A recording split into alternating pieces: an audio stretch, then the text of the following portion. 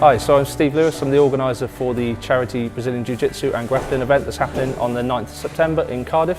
It's raising money for the Paediatric Intensive Care Unit in the University Hospital of Wales. The event will actually be in the University Hospital of Wales grounds in the Sports and Social Club. Coming from the sport, I knew a lot of people already. It's for a good cause, so I think a lot of people want to get involved.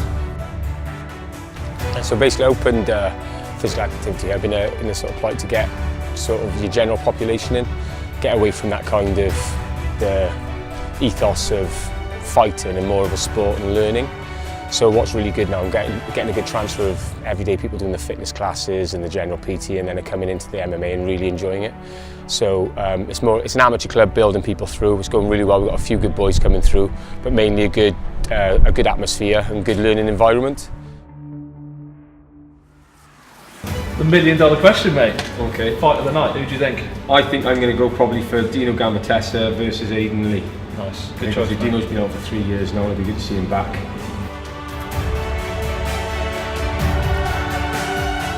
So, I mean, do you think it's important for kids to come through into the sport? Definitely. I wouldn't obviously only say Brazilian Jiu-Jitsu. I think any sort of physical activity a child can do is going to be beneficial. But I think one thing that Jiu-Jitsu does teach you, I think it teaches you flexibility, balance, strength, understanding body movements. So I guess my final question for you is, who's your pick for fight of the night? I train with Shane in Swansea. I'm training with him on a weekly basis, so I'll go with him.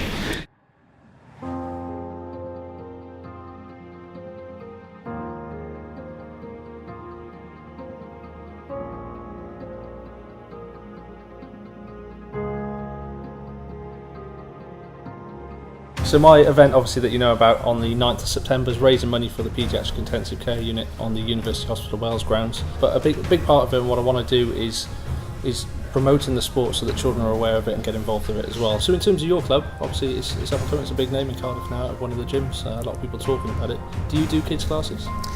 We have a kids program starting in September, nice, as well as a teens program. Okay. So both are going to be headed up by our women's only coach, Fionn Davis. So I suppose my final question for you would be, looking at the fight cards, where do you see coming in as fight of the night? You can't pick yourself, come on. I know, I can't pick myself.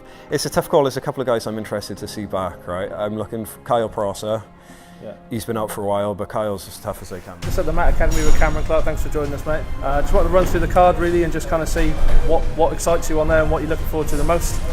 I'm looking forward to most of it, to be honest. There's some big names, especially for a charity event. I'm looking forward to seeing, obviously, Kai versus Ricky. See who I'll be fighting in the final. Confidence. So down at the Matt Academy with Lou Long, always makes for an interesting bit of time on camera. So just want to ask you a few questions about my charity event on the 9th of September. You've got the card in front of you, I know you've seen it before. What excites you on there, mate? Radslow's on it, he's crazy. God knows what he's going to come out with. I mean, I grappled with years ago, he just started trying to take my foot home. Obviously the top fight is awesome. Yeah. Shane Price and Tom Cowardly, I know them both, and they're both great grapplers, and that's all they live for, is to grapple, and I know they both always bring a good performance. Yeah. Jory and Cameron Clark, that's good. Don't rate Cameron much though. And what's the target you're hoping to raise for the event? To be fair, originally when I had the idea, we were looking at just doing like an inter-club kind of small thing, and I was thinking a couple of £100 would be nice. We're already on £1,200 today, with ticket sales as well. If I don't hit £4,000, I'll be disappointed.